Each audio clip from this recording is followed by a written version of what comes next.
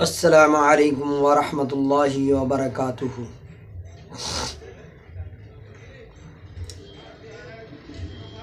الحمد للہ وکفی والسلام علی عبادہ الذین اصطفی، اما بعد۔ قال اللہ تبارک و تعالی فی القرآن المجید والفرقان الحمید وآخرین منہم لما یلحقوا بہم وہو العزیز الحکیم۔ ذالک فضل اللہ یؤتیہ من یشاء واللہ ذو الفضل العظیم۔ رب اشرح لی صدری ویسر لی امری واحلل عقدۃ من لسانی یفقہوا قولی۔ رب زدنی علما رب زدنی علما۔ اللہم انی اعوذ بک من علم لا ینفع وقلب لا یخشع ونفس لا تشبع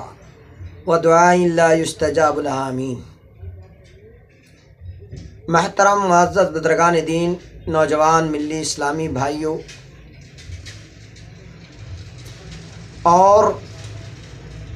معزز سامعین و ناظرین، آج ہم آپ کے روبرو الحمدللہ یہ تیسرا درس پیش کرنے جا رہے ہیں، جو تیسری قسط کے طور پہ آپ کی خدمت میں پیش کی جا رہی ہے۔ سیدنا امام بخاری رحمۃ اللہ علیہ تمام محدثین میں سب سے زیادہ اونچے محدث اور امت کے فقیہ الحمدللہ گزر چکے ہیں۔ آپ کی سیرت اور آپ کی سوانح کے سلسلے میں چند باتیں رکھنے کی سعی مسعود کر رہا ہوں۔ امید ہے کہ تمام حضرات بغور سماعت فرما کر مستفید ہوں گے۔ میں نے بتایا تھا ولادت اور نسب نامے کے سلسلے میں آپ کے سامنے چند باتیں رکھی تھیں، اور آپ کا نسب نامہ بھی ذکر کیا تھا،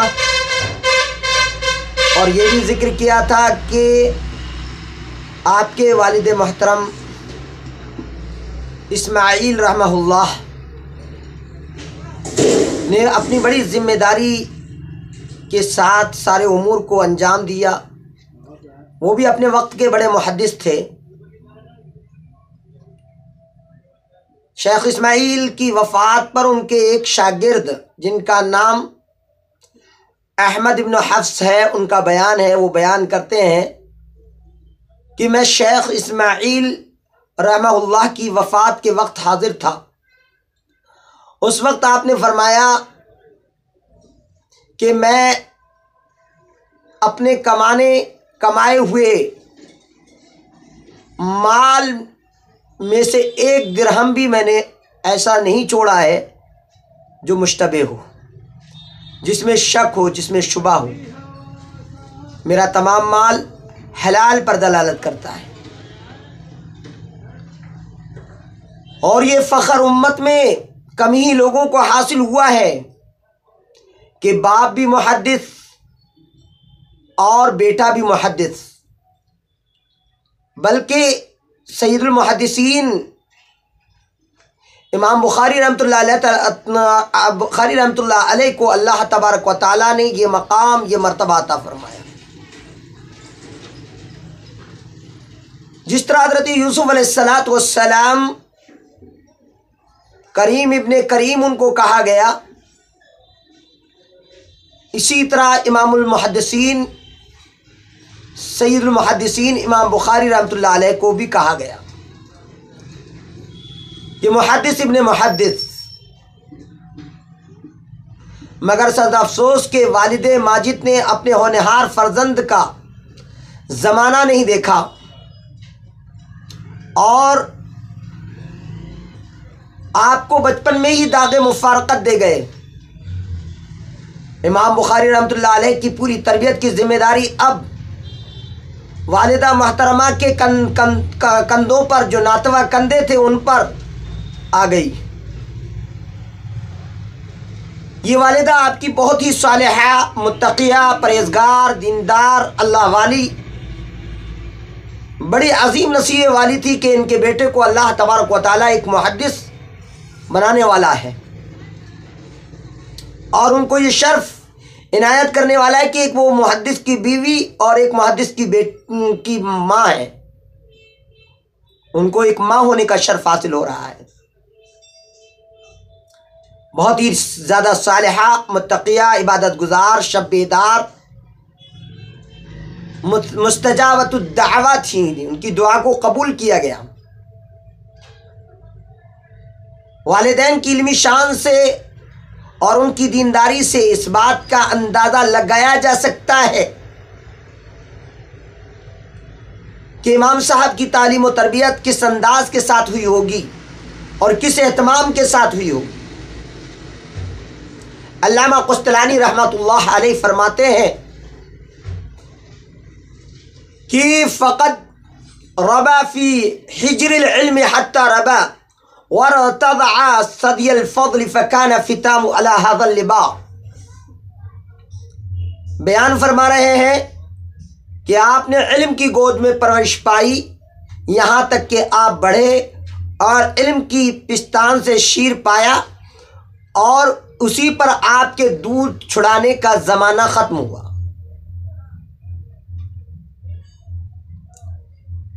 امام بخاری رحمۃ اللہ علیہ کی اولین کرامت کا ذکر وذکر فنجار فی تاریخہ والاسکائی فی شرح السنہ باب کرامت الاولیاء۔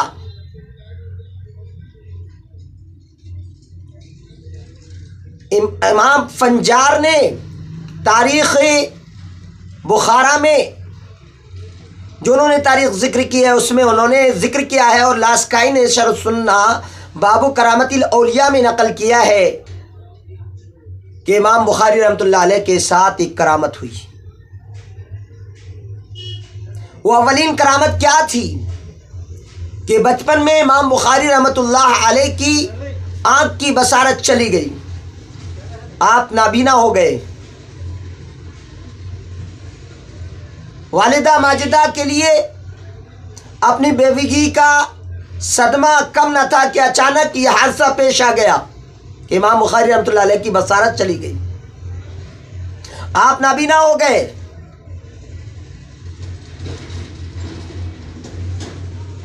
اطباء علاج سے عاجز آ گئے، سارے اطباء نے انکار کر دیا، سب نے ہاتھ چھوڑ دیے، لیکن اللہ کی رحمت سے آپ کی والدہ محترمہ بالکل نا امید نہیں ہوئی۔ آج ہمارا حال کیا ہے کہ ہم تھوڑی سی بات ہو جاتی ہے، تھوڑی تکلیف ہو جاتی ہے، تھوڑی پریشانی آ جاتی ہے، تھوڑی دقت آ جاتی ہے تو ہم نا امید ہو جاتے ہیں، جبکہ مومن کی زندگی اور مومن کا ایمان خوف اور امید کے درمیان ہوتا ہے۔ الایمان بین الخوف والرجاء،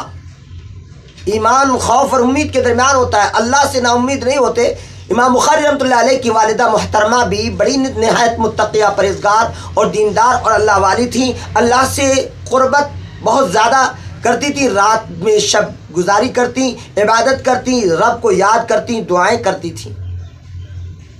چنانچہ انہوں نے اپنے یتیم بچے کی حالت پر رات دن زار و قطار رو رو کر دعا کرنا شروع کر دی، اور دعا کرتی رہیں۔ آخر ایک رات ایک ماں کی ممتا سے بھری آہ بر آئی، چنانچہ رات میں عشاء کے بعد مصلی پر روتے روتے اور دعا کرتے کرتے نیند آ گئی۔ نیند کی حالت میں خواب آیا۔ خواب میں کون آئے؟ خواب میں حضرت ابراہیم علیہ السلام تشریف لائے امام بخاری رحمۃ اللہ علیہ کی والدہ کے پاس، اور بشارت دی کہ تمہارے رونے اور تمہارے دعا کرنے کو اللہ رب العزت نے قبول کر لیا ہے، اور اللہ تبارک و تعالیٰ نے تمہارے بچے کی بینائی کو واپس کر دیا ہے، اللہ نے بصارت کو لوٹا دیا ہے، اور اللہ تبارک و تعالیٰ نے اس بچے کو شفا دے دی ہے۔ اب اس کے بعد ہوتا یہ کہ صبح ہوتی ہے، وہ دیکھتی ہیں والدہ محترمہ اپنی آنکھوں سے اس معجزے کو، اس رب کے دی ہوئی شفا کو اپنی آنکھوں سے دیکھتی ہیں کہ بچہ بینا ہو چکا ہے، اس کی آنکھیں کھلی ہوئی ہیں، اسے سب کچھ نظر آ رہا ہے۔ بہت خوش ہوئی، بہت خوش ہوئی۔ اور ایک ماں کے لیے اتنا ہی کافی نہیں ہے، بلکہ ایک ماں کے لیے اتنی خوشی کی بات ہے، اتنی خوشی کی بات ہے، اتنی فرحت و شادمانی کی بات ہے کہ ماں کا دل اس وقت اللہ کے شکر سے لبریز ہو گیا اور رب تعالیٰ کا شکر ادا کیا اور کہا کہ اے میرے رب، میں تیرا شکر ادا کرتی ہوں کہ تو نے میرے بچے کو شفا عطا فرمائی، میرے بچے کو تو نے بینائی عطا فرمائی، تو نے میری نا امید کو امید میں بدل دیا، میری بچے کی صحت فرما کر اس کی آنکھوں کو بصارت دے کر تو نے مجھ پر ایک بڑا احسان کر دیا۔ اللہ کا بہت شکریہ ادا کیا، بہت شکر ادا کیا، بہت شکر ادا کیا۔ اور اتنی تیز روشنی اللہ تعالیٰ نے امام بخاری رحمۃ اللہ علیہ کو عطا فرمائی کہ آپ کو اس قدر روشنی اللہ نے دی کہ تاریخ کبیر کا پورا مسودہ آپ نے چاند کی رات میں جو ہے تحریر فرما دیا۔ اب ہوتا یہ ہے کہ کافی دن جب گزر گئے، دوبارہ پھر آنکھ چلی گئی۔ اب دوبارہ آنکھ گئی تو پھر اس کا علاج کیسے ہوا،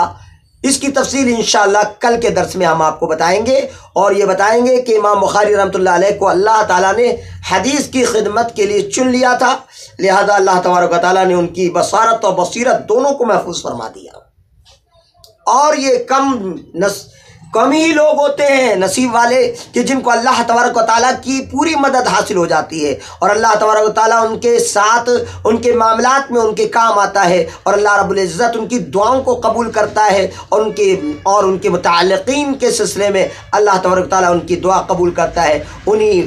دعا قبول جن کی اللہ تعالیٰ نے فرمائی ان میں سے ایک ماں امام بخاری رحمۃ اللہ علیہ کی ماں ہے، امام بخاری رحمۃ اللہ علیہ کی والدہ محترمہ ہیں، اور ماں کا درجہ کوئی کم نہیں ہے، لہذا ماں کی بھی قدر کی جائے۔ اور ماں جو دعا جس بچے کو دے دیتی ہے وہ دعا الحمدللہ وہ دعا کارگر ہوتی ہے، اور وہ رب اس دعا کو سنتا ہے، اس پکار کو سنتا ہے۔ اس لحاظ سے ماؤں کو چاہیے، یہ درس عبرت حاصل کرنا چاہیے کہ وہ امام بخاری کی ماں کی طرح ماں بنے، اپنے بچے کے لیے اسی طرح شفقت ہو جس طرح امام بخاری رحمۃ اللہ علیہ کی ماں کو ماں کے پاس شفقت تھی۔ جو محبت اور جو پیار امام بخاری کی ماں نے دیا رحمہ اللہ، وہی پیار، وہی محبت، وہی الفت، وہی دعا، وہی شب بیداری، وہی تقوی و پرہیزگاری ہر مومن ماں کے لیے لازمی اور ضروری ہے۔ اللہ سے دعا ہے کہ اللہ تبارک و تعالی